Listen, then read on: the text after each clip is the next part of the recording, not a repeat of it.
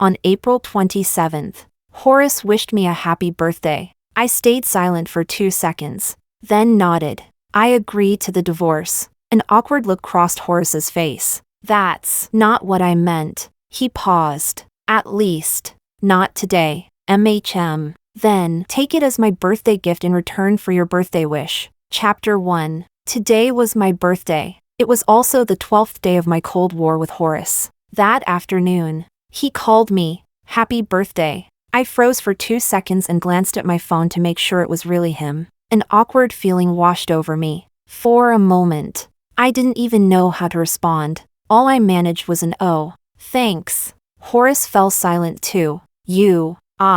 We spoke at the same time, then fell silent again. "You go first," Horace said, ever the gentleman. I didn't argue. I agreed to the divorce. What?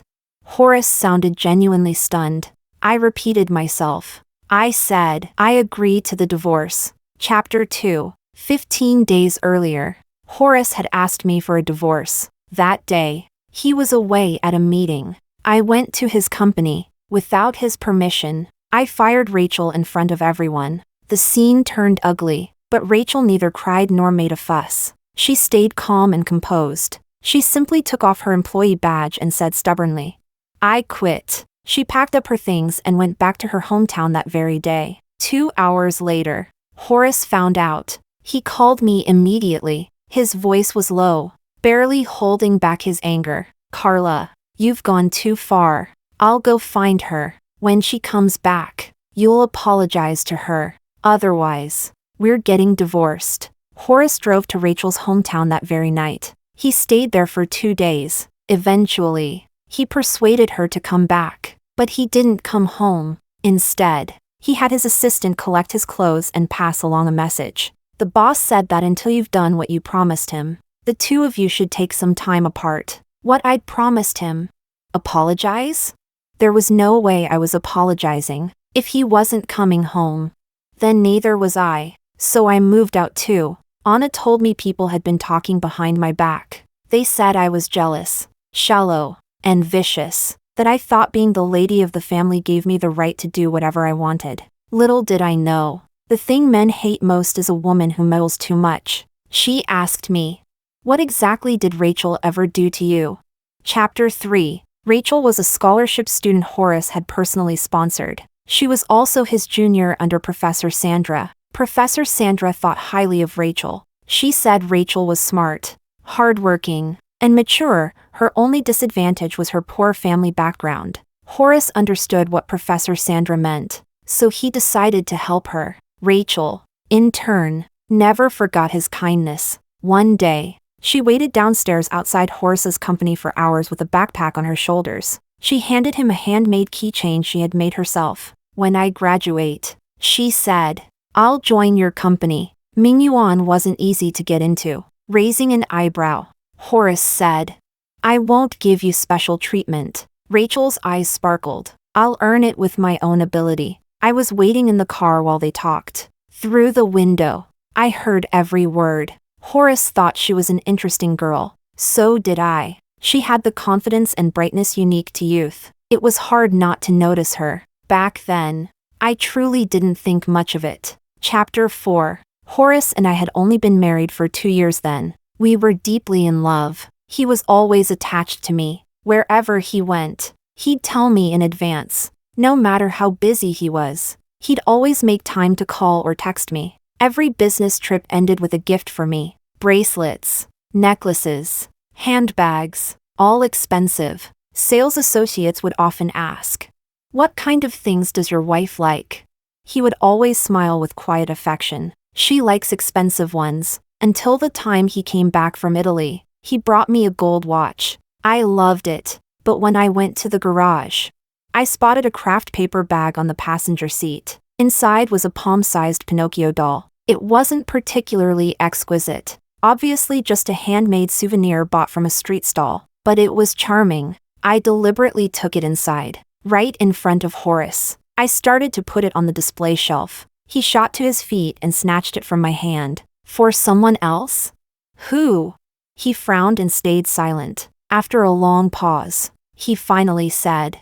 Rachel, she won a scholarship. It's a little congratulatory gift. Just something small. It's not expensive. By then, it had already been more than half a year since I'd first heard Rachel's name. I felt confused and a little unwilling to believe it. You're still in touch? I checked Horace's phone. They had exchanged contact information a long time ago. The first message Rachel ever sent him was, "I'm Rachel." Horace never replied. Half a month later, Rachel won the debate championship. She sent Horace a photo of the trophy. 2 days later, he finally replied, "You don't have to send me these." Rachel answered, "I do. I want you to know your money wasn't wasted on me." From then on, every achievement she earned was shared with Horace as soon as it happened. He rarely replied. Most of his responses were just, got it. Keep it up." Horace didn't think there was anything inappropriate about it. To him, it was nothing more than a respectful friendship. But after I told him, it made me uncomfortable.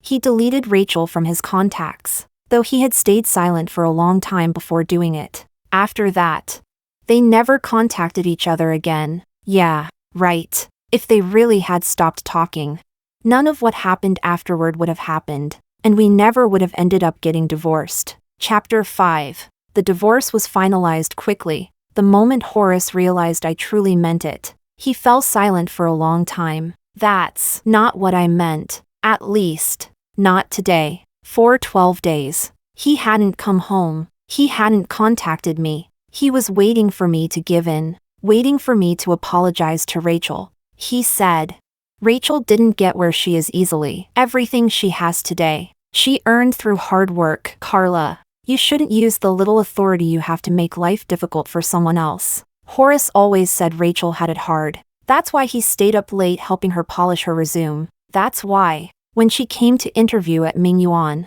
he personally took her up in his private elevator. Rachel became his assistant. He gave her a custom-made business wardrobe as a congratulatory gift. She wasn't good at dealing with people, so he patiently coached her through every little detail. He took her to social events, introducing her to wealthy socialites with a smile. "She's still young and inexperienced. Please look after her." They never hugged, never kissed, never slept together. There was only Rachel's admiration and Horace's appreciation. Horace couldn't understand. "Why do you have to make such a big deal out of this?"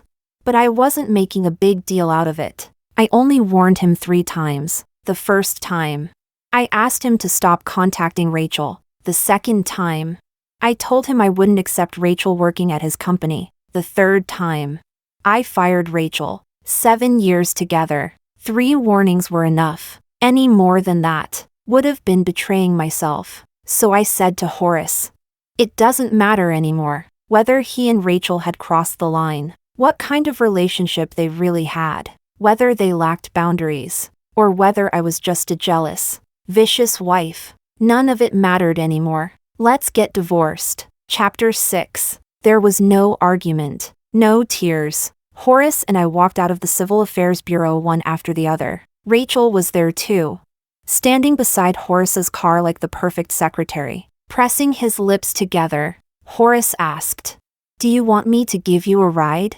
"No. Oh, by the way, if it's convenient this afternoon, I'll stop by the house and take the rest of my things." When it came to dividing our assets, I didn't ask for the house, or the cars, or the shares. I only wanted the money. I had him cash out everything and pay me my share. Horace was always rational and fair. "You should keep the shares," he advised. "They'll bring you much better long-term returns than cash." Of course I knew that, but there was no need. If I was leaving, I wanted a clean break. Horace seemed to realize that too. His expression darkened. In a low voice, he said, "You don't have to do this. You can come back anytime." I nodded, hailed a cab, and headed to the villa. On the way, I contacted a moving company. By the time I arrived, they were already waiting outside. One afternoon, 3 hours, I cleared out everything in the villa that belonged to me.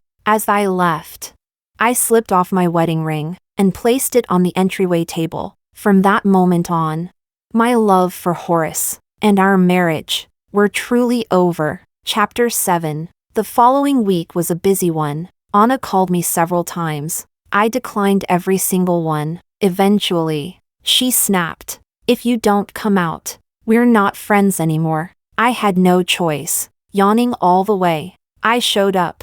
She'd gathered a group of friends. They played a few rounds of golf. I sat beneath a sunshade and managed to take 2 naps. "Seriously? You're that tired? How many days has it been since you actually slept? And did you lose more weight?"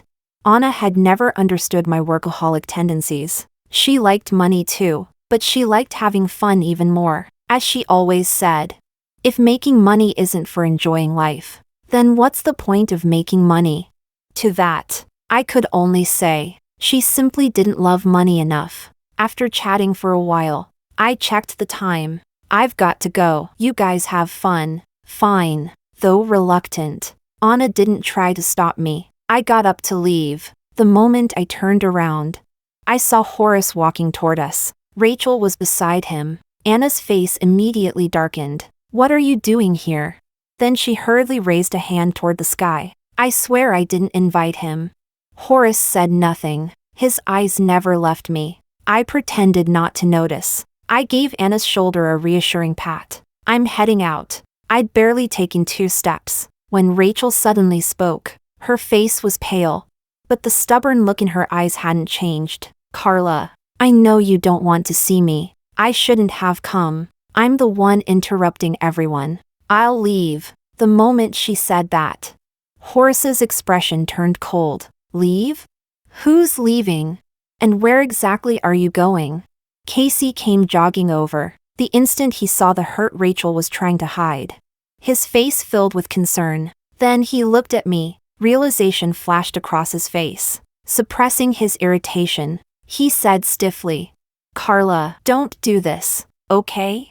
I invited Rachel. I couldn't find a parking spot, so I had Horace bring her in first. "Do me a favor. Don't make things hard for Rachel." I looked at Casey. A quiet laugh escaped my nose. "Do you really think your favor means that much? You don't even care about your own brother's feelings. Why would I care about yours?"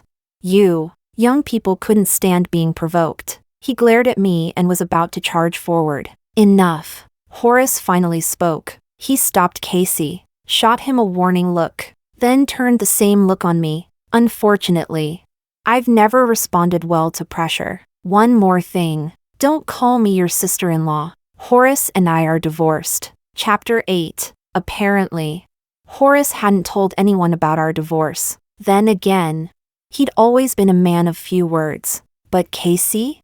He couldn't keep a secret to save his life. Now that he knew, the whole world would know soon enough. "You're welcome. I'm just doing a public service." I walked past them and headed for the exit. Horace caught up with me. His face carried equal parts impatience and confusion. "Do you really have to be like this?" "Like what?"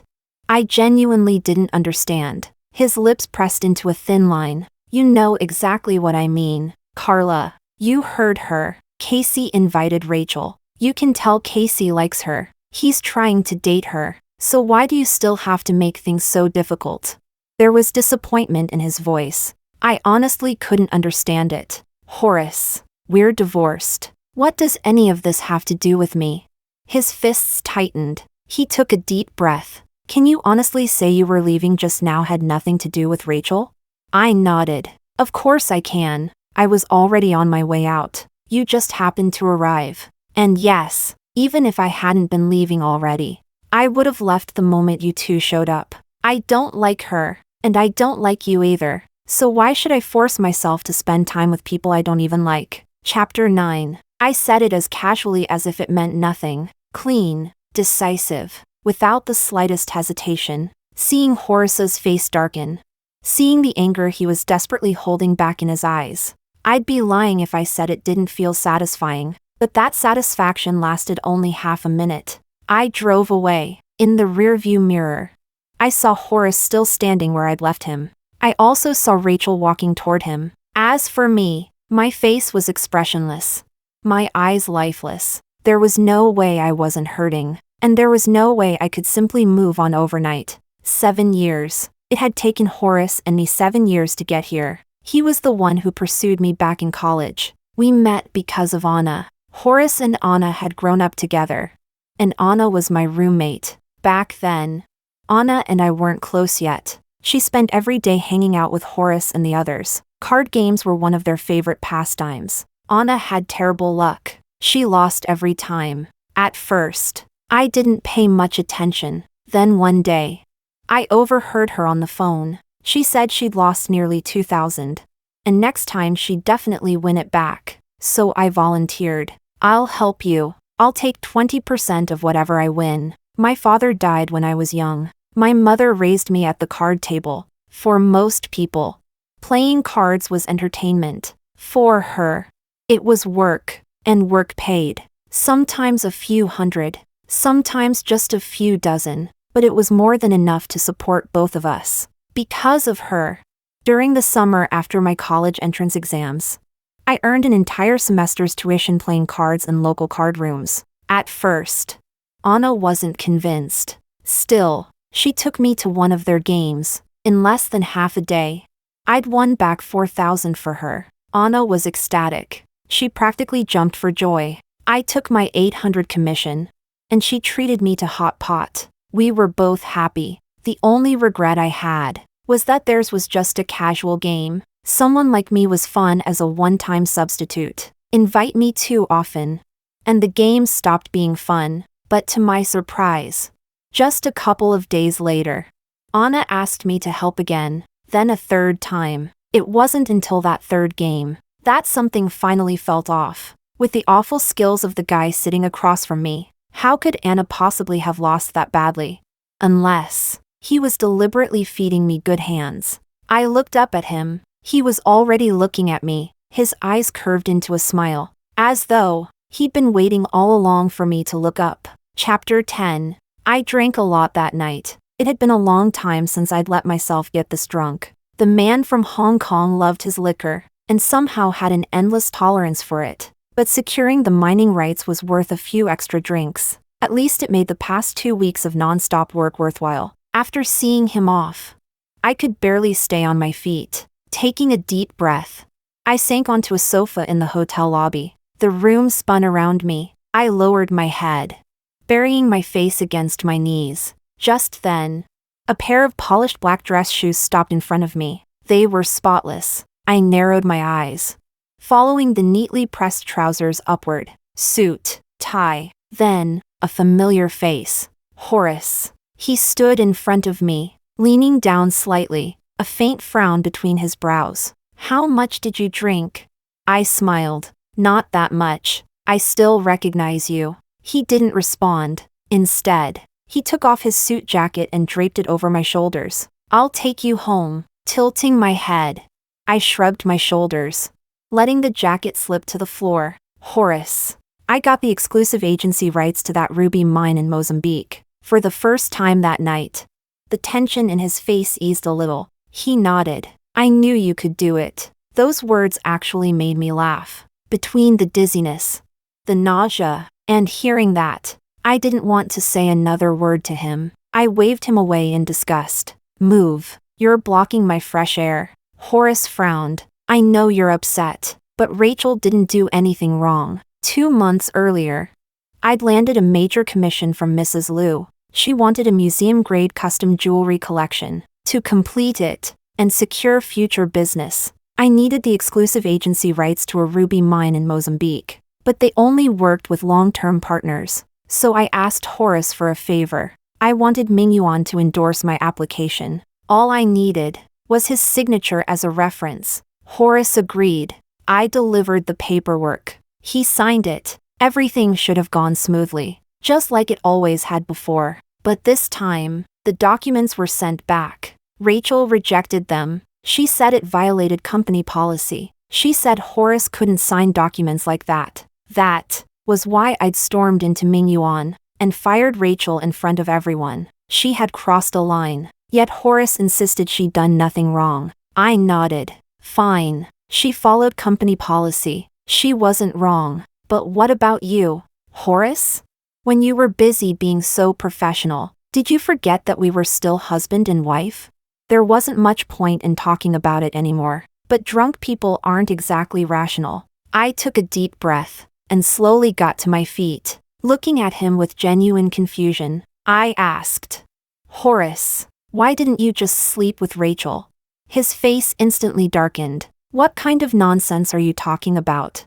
I let out a sarcastic laugh. "The fact that you never slept with Rachel has always frustrated me." My steps were unsteady as I staggered toward the exit. "Carla." Horace's voice wasn't loud, but it was cold enough to freeze the air. "Carla, were you actually hoping I'd cheat on you? Or were you hoping I'd cheat so you'd have something to use against me and get even more out of the divorce?" Chapter 11. Anna had warned me before. She told me to enjoy dating Horace while it lasted. Have fun, but never give him too much of my heart. Because the more you invest, the more it hurts when it's over. She never believed Horace and I would last. She was convinced we'd break up sooner or later. Why?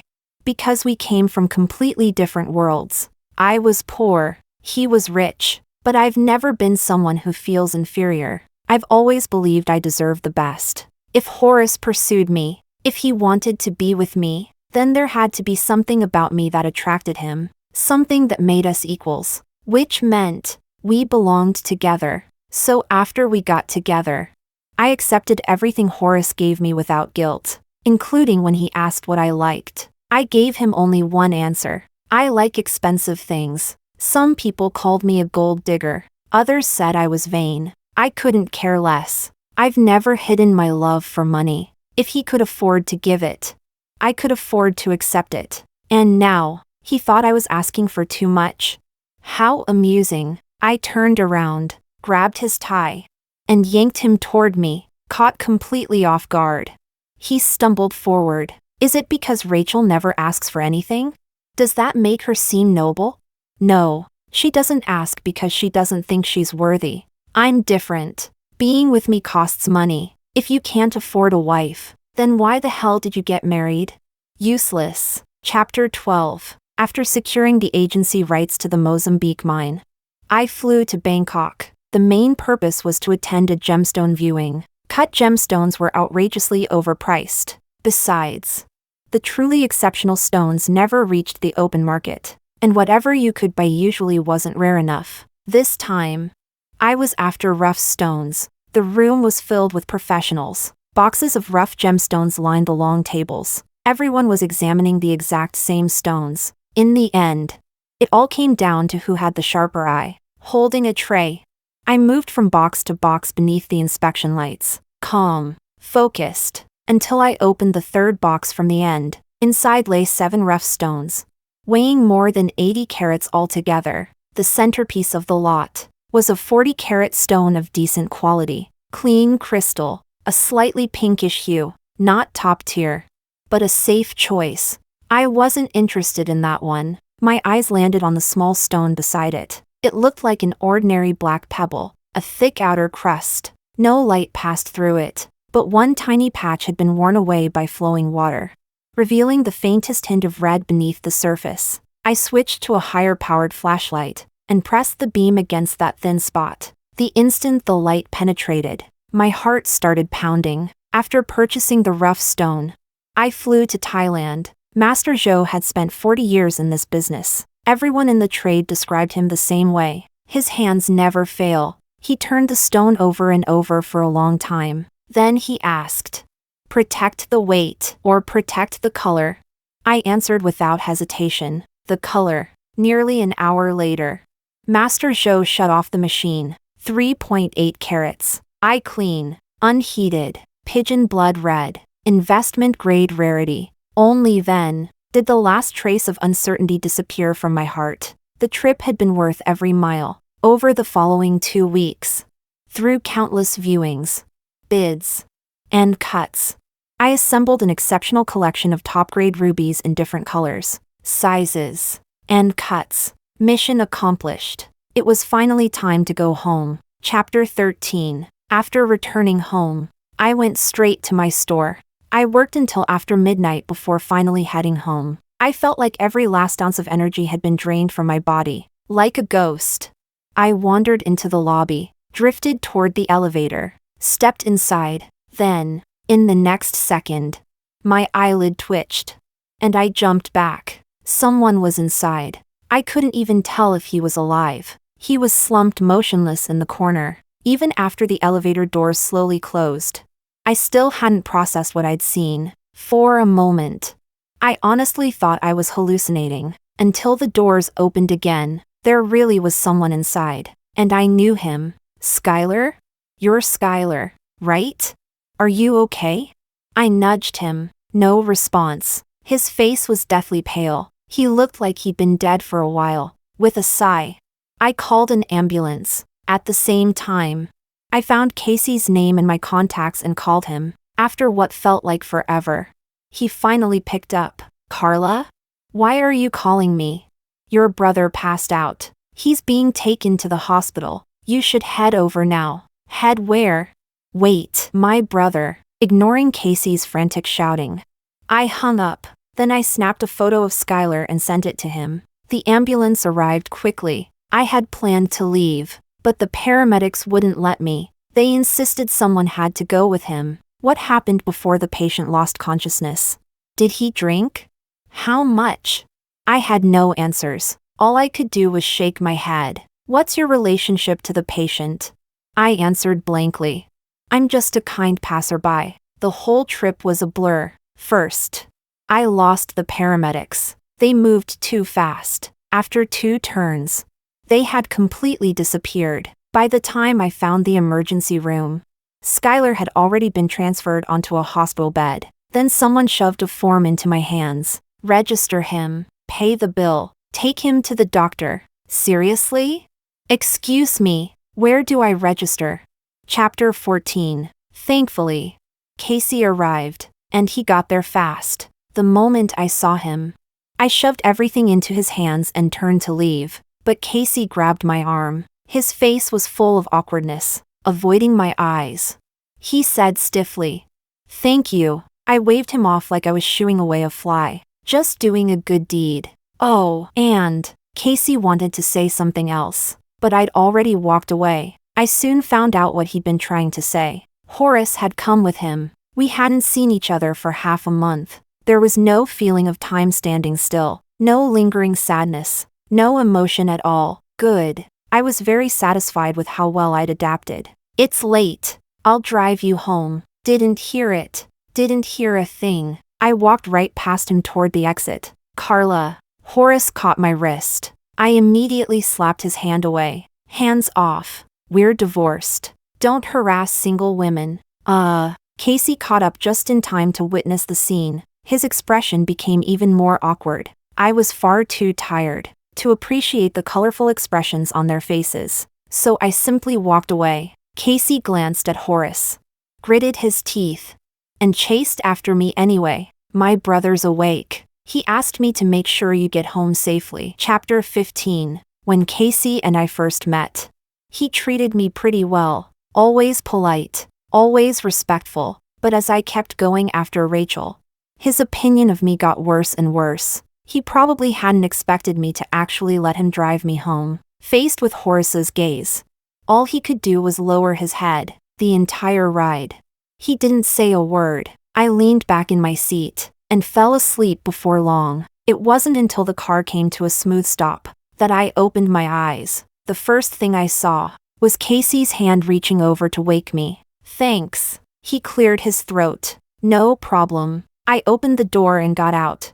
But he suddenly called after me. Carla, there's really nothing going on between Horace and Rachel. I can vouch for that. It seemed he'd wrestled with himself for a long time before saying it. I turned around, one hand resting on the car door. I heard you like red wine. I've got a bottle of 15-year Mosito. I'll send it to you sometime. Casey froze, then blinked. And no, that's really not necessary. I smiled. I also heard you're opening a business with some friends. If you ever run into problems, come ask me. I'll be happy to give you some advice. Huh? Casey looked completely lost. Oh, and keep a jacket in your car. The air conditioning gets cold. Don't catch a cold this time. Casey actually gasped. The way he looked at me bordered on horror. I let out a faint laugh before my expression turned serious. What? You think I have a thing for you? I've only shown you a little kindness. Horace and Rachel have been treating each other like this for 2 years, and somehow that's supposed to be completely innocent? Casey froze. I looked at him calmly. Kid, stop wasting your time on Rachel. She doesn't like you. Chapter 16. Why did I say all that to Casey? Honestly? Because I felt like it. I knew Horace too well. He'd deliberately come with Casey. He'd come because of me. The moment I got home, my phone rang. It was Horace. Carla, do you really have to do this? Can't we at least stay friends? I pulled back a corner of the curtain and looked downstairs. Horace's car was parked outside. I frowned. Is that habit of yours really impossible to break? What habit? He didn't understand. Making female friends while you're married. Is that something you'll never stop doing? Silence instantly filled the other end of the line. I had no interest in listening to him breathe, so I hung up. Later, Anna asked me if Horace might regret everything. She told me that a few days earlier, Horace had been drinking with a group of people. Some of them started talking trash, other than her face. What's so special about Carla? She acts like she's all that. She's just another gold digger. Women like her are everywhere. Does she really think she's one of a kind? They laughed loudly, mocking me without restraint. Anna said she was about to march over, but before she could, Horace kicked one of them straight out of his chair. He smashed a bottle, his voice icy. If you don't want your tongue anymore, I'll gladly remove it for you. Anna looked at me. I just feel like he can't let you go. Do you think maybe he regrets it? I scoffed. Regret? No, he didn't regret it. He was just uncomfortable. Back then, I hated the relationship between him and Rachel. When I suddenly started objecting, he convinced himself that I was simply making a fuss over nothing. He blamed me. In his mind, I was the one in the wrong. The more I argued, the guiltier I became. And the guiltier I became, the more it proved that he had done nothing wrong. But then, I suddenly walked away. I stopped arguing, stopped crying, stopped trying to convince him who was right and who was wrong. My silence, my indifference, took away his moral high ground. For the first time, he began asking himself, had I really gone too far? So you see, the moment I stopped chasing after answers, I took back all my power. Anna asked one last question. What about you? Have you really gotten over Horace?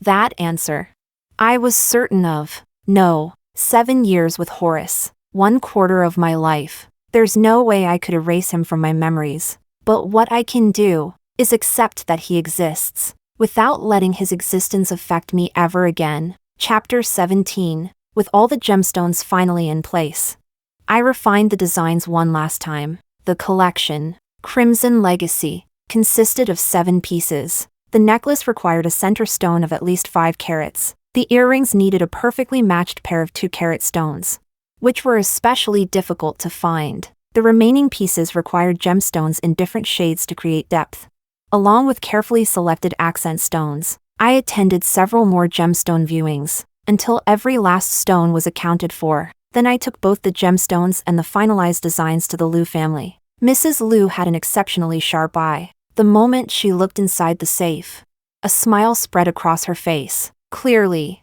she was satisfied. We spent the entire afternoon making the final adjustments. That very night, I boarded another flight to the workshop that handled my jewelry settings. For ordinary orders, I never needed to go in person, but this collection, I had to oversee every detail myself. The next day, I finally went home. I planned to give myself 2 days off. That afternoon, Casey called and asked if I was home. Confused, I texted back, "What do you need?" He sent me a voice message. "My brother wants to come by and thank you in person." Not long afterward, they showed up at my door. Skylar was calm and composed, wearing a polite smile that never crossed the line. Even the gift he brought was perfectly measured, a natural Brazilian red tourmaline rough stone, worth a little over 10,000, but less than 20,000. I accepted it without pretending to refuse. "Thanks." His voice was gentle. "You're welcome. Actually, There's something else I'd like to ask. I raised an eyebrow. Go ahead. My grandmother is turning 70 next month. I'd like to commission a jade jewelry set as her birthday gift. I was wondering if you'd be willing to make it. So, he was bringing me business. I pulled out my phone. Then let's exchange contact information. Chapter 18. Casey had come with Skylar. He looked unusually downcast and barely spoke the entire time. After Skylar and I finished discussing the commission, he got ready to leave. Suddenly, Casey spoke. Bro, you go ahead. I'll stay a little longer. Skylar frowned at him. Casey answered as if it were perfectly reasonable. You're ordering a whole jade set for Grandma. I've got to prepare something too, don't I? Relax. I won't cause trouble. Skylar looked at me for confirmation. I smiled politely. It's fine. So Skylar left. Casey stayed behind. He slumped over the table like he'd lost every bone in his body. I ignored him. After a long silence, he finally muttered. I confessed to Rachel. She turned me down. I was speechless. I don't do relationship counseling. Casey nearly choked on my response. Then, I'll place an order too. I want a diamond set. I immediately put on my professional smile. I see. So, what would you like to talk about? Truthfully, Casey didn't even know. Rachel had rejected him. Her reason was simple. She wasn't interested in dating. She wanted to focus on her career. Carla, Rachel likes Horace, doesn't she? Seriously? Did he really have to ask? Didn't he have eyes? Couldn't he see it for himself? But he had just ordered a 7-figure diamond jewelry set, so I patiently replied. Imagine your father had a woman like Rachel around him. Impossible. Before I could finish, Casey shot to his feet. The panic on his face made it look as though his mother was about to get cheated on. The answer was obvious. His expression went through several stages in seconds. First confusion, then shock, then horror. Finally, complete silence. If that's true, then why does everyone say it's your fault? I answered calmly. People watching from the sidelines always want the story to be dramatic. They want twists. They want heartbreak. They want emotional highs and lows. Who actually cares whether Horace has a happy family or ends up divorced and alone? Chapter 19. The workshop couldn't be rushed. The master craftsman gave me a 4-month timeline. Every 2 weeks, I flew over to check on the progress and go over the finer details with him. During that time, Skylar and I met several times as well. When it came to choosing the jade, comfort and texture against the skin came first. I asked Skylar what he had in mind. He looked completely lost. I honestly don't know much about jade. I'll trust your judgment. My first recommendation was Hitian jade, white jade, bluish white jade, or sugar white jade are all excellent choices. After seeing the actual pieces, he ultimately chose the bluish white jade. The set would include 3 pieces, a jade bangle, a pendant, and a ring. I'm heading to Xinjiang in the next couple of days. Once I secure the jade, we'll go over the details again. Xinjiang? Yes. I nodded. Qianma, Xinjiang. When it comes to Hitian jade, Qianma produces some of the finest. Understanding dawned on Skylar's face. Then he suddenly asked, Can I come with you? Huh? He smiled slightly. I'm curious. So, Skylar, several people from our companies, and I boarded a flight to Xinjiang together. There are no secrets in our circle. Within 2 days, rumors spread that I was seeing Skylar.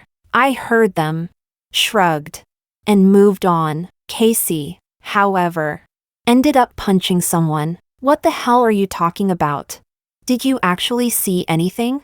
After hearing about Casey's impulsive behavior, Skylar made a public statement. Carla and I are friends. I will pursue legal action against anyone spreading defamatory rumors. After that, no one dared gossip openly anymore. Of course, what people whispered behind closed doors was impossible to stop.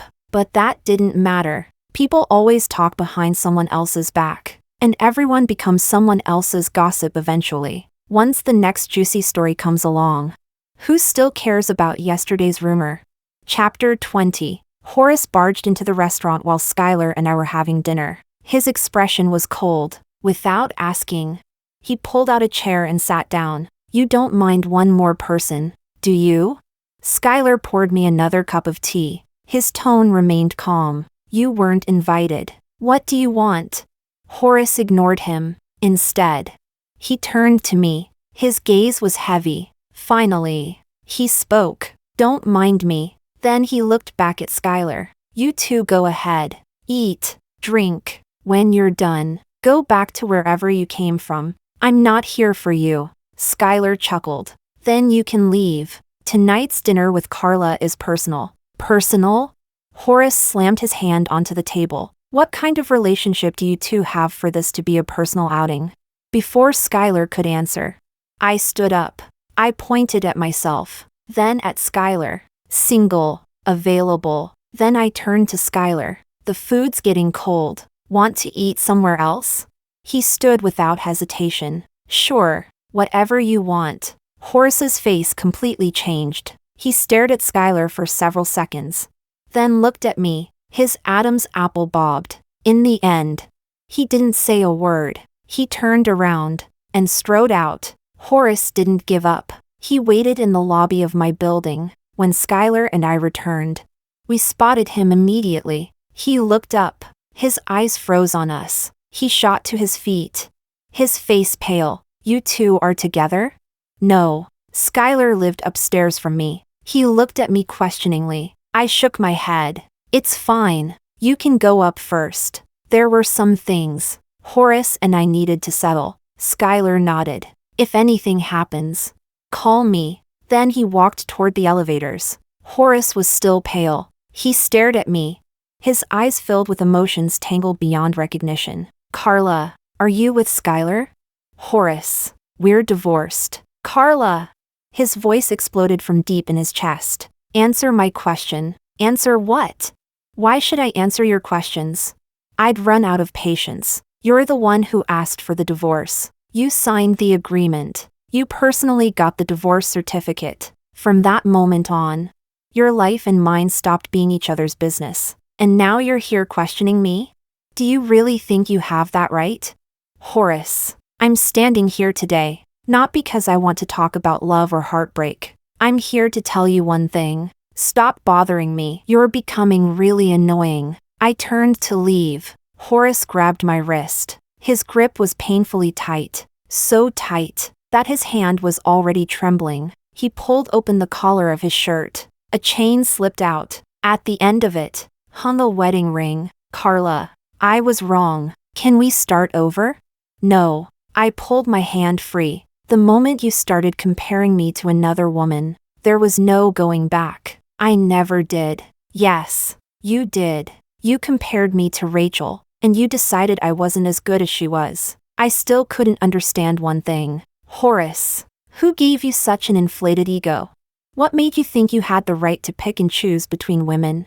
The man standing in front of me now is boring, hypocritical, and honestly, disgusting. Chapter 21. Casey was the one who exposed the relationship between Horace and Rachel. Although Rachel had driven a wedge between them, Casey and Horace had been friends for too many years to cut ties so easily. So they kept seeing each other, their friendship hanging in an awkward limbo. That day, no one knew what had happened, but Horace looked terrible. He drank far too much. No matter who tried to stop him, he wouldn't listen. In the end, he drank himself straight into the hospital. The moment Rachel heard the news, she rushed over. She burst into the room, shoved Casey aside, and looked at Horace with panic and heartache. She touched his forehead, then wrapped both hands around his. Turning to Casey, she glared at him viciously. Why did you let him drink so much? Don't you know he has stomach problems? At that moment, Casey couldn't describe what he was feeling. It was both a sudden realization and the bitter confirmation of something he had suspected all along. He said, "You two are basically everything but sleeping together." The words were brutal. Rachel's expression changed instantly. She slapped Casey across the face. "Get out!" Since she had once been the woman he loved, Casey didn't hit her back. He simply rubbed his sore cheek. For the first time, he felt like the world's biggest fool. back when Horace and Carla were still married.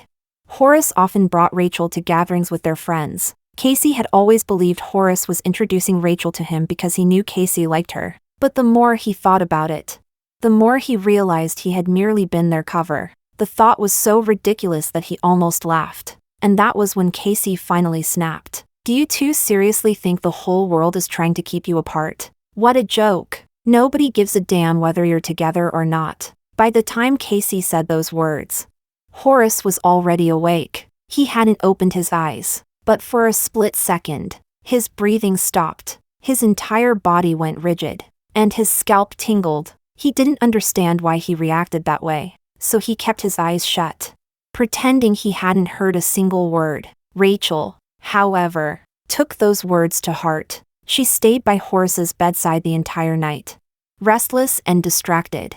Over the next few days, she noticed Horace seemed to be avoiding her, intentionally or not. Panic slowly crept into her heart, and when people panic, they're prone to making impulsive decisions. That night, she stopped Horace in his tracks. "Horace, I like you." He heard every word, but he wanted to pretend he hadn't. Deep down, he even found himself resenting Rachel. Why did she have to say it?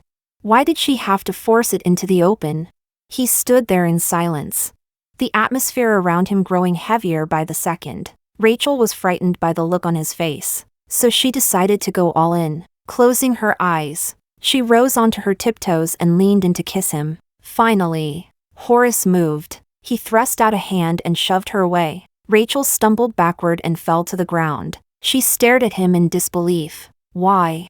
Horace's face remained expressionless. "You've been drinking." "I'll pretend I never heard what you said tonight." But Rachel refused to let go. She grabbed his arm. "Why? You love me too. We've been through so much together. You helped me, protected me, encouraged me. If you didn't love me, why would you do all that for me? Is it because of Carla?" The moment Carla's name left her lips, anger exploded inside Horace. "Don't mention her." Rachel froze. "She just met you before I did. After everything we've been through together, we're the ones who should." "Shut up!"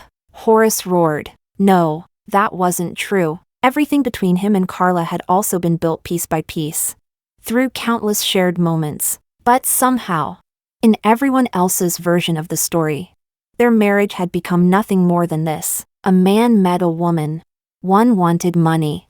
The other wanted beauty. As if what they had shared had been nothing more than a fragile soap bubble. Horace heard that version so many times, that eventually, he believed it himself. He convinced himself Rachel was intelligent, ambitious, resilient, and inspiring, and Carla was just another woman. It was absurd, yet he had remained trapped in that illusion for a very long time, until Carla walked away without looking back. In an instant, it felt as though the ground beneath Horace's feet had vanished. All he could do was keep falling, deeper and deeper, with nothing to hold on to. He rejected Rachel, then he transferred her to a branch office. Anna mocked him. "So now you're not saying that poor girl has it so hard anymore?" Chapter 22. Anna asked me how I felt about everything that had happened between Horace and Rachel. I said, "Seeing them like this is actually pretty satisfying." Anna burst into laughter. "I thought you were going to say you didn't care. As if that were possible. I'm not a saint." Rachel had actually sent me a message once. She said my feelings for Horace had never been pure. In other words, she thought she loved him more than I ever did. She had never taken a single cent from Horace. Their relationship, in her eyes, had been honest and above board. Unlike mine, she believed I had built my career by riding on Horace's coattails. That without the opportunities he gave me, I could never have achieved what I have today. To that, I had only one response. "You're absolutely right. I dated him. I married him. If I wasn't allowed to benefit from my own husband's resources, then what exactly was the point of having a husband? Was I supposed to wait for him to hand me a certificate praising me for treating money like dirt?"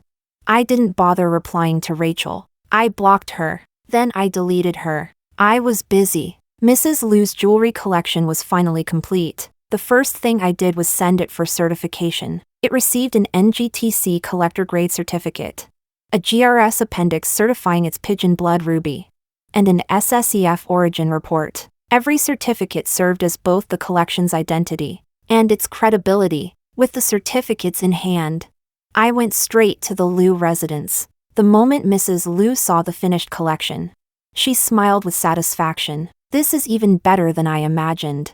Of course, for once, I wasn't modest at all. The Crimson Legend collection is the finest work I've created in the past 3 years. Mrs. Liu smiled, carefully placing the ruby necklace back into its case. I've already instructed the finance department to transfer the remaining balance. I've received it. I didn't stay long. After 2 cups of tea and some casual conversation, I took my leave. The jade collection Skylar had commissioned, pines and cranes for longevity, had also been completed.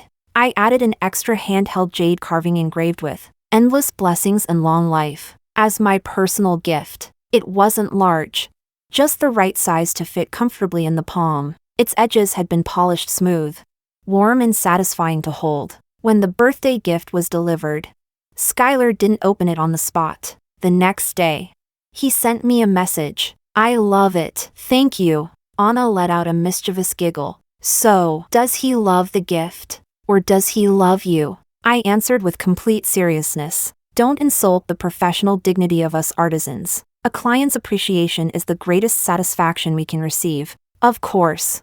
Along with appreciation, the payment had better be generous. Compliments are the icing. Money is the cake. Skylar gave me both. His appreciation was sincere. His payment was prompt. A perfect client. As for me, I still had plenty of work waiting. Outside the window, the sky was growing dark, but the lamp above my workbench still shone brightly. The next batch of design sketches rested beneath a paperweight, waiting for me to review them one by one. Next week, I would be inspecting a new shipment of Colombian emeralds. The rough stones from the mine were still in transit, and customs clearance would probably take a few more days. I sat down, took a deep breath, and picked up my pencil. Beneath its tip lay the place where I felt most grounded.